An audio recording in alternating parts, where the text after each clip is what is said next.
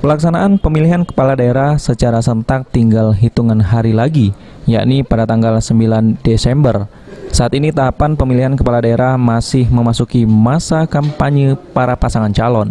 Terkait pelaksanaan pilkada serentak, Kejaksaan Negeri Lubuk Linggau yang memiliki kewenangan pengawasan di 3 wilayah, yakni Kabupaten Musirawas, Lubuk Linggau, dan Muratara, akan terus melakukan pengawasan jalannya tahapan pilkada di 2 daerah, yaitu Musirawas dan Musirawas Utara.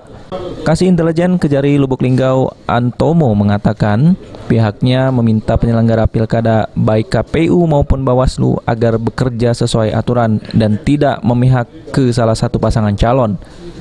Selain itu, terkait penggunaan anggaran dana tahapan pilkada agar digunakan secara transparan dan akuntabel, sehingga diharapkan pasca pilkada tidak menyisakan persoalan hukum bagi para penyelenggara. Harus sesuai dengan peruntukannya, yang transparan, akuntabel dalam hal penggunaannya.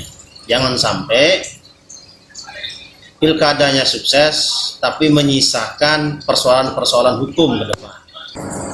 Kami menghimbau pada seluruh perangkat penyelenggara pilkada, baik KPU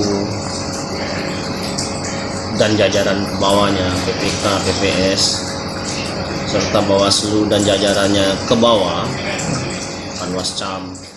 Antomo juga menghimbau kepada para pasangan calon maupun tim sukses agar tidak menggunakan praktek money politik dalam pelaksanaan pilkada karena akan merusak demokrasi. Tri Hajaria, PAL TV.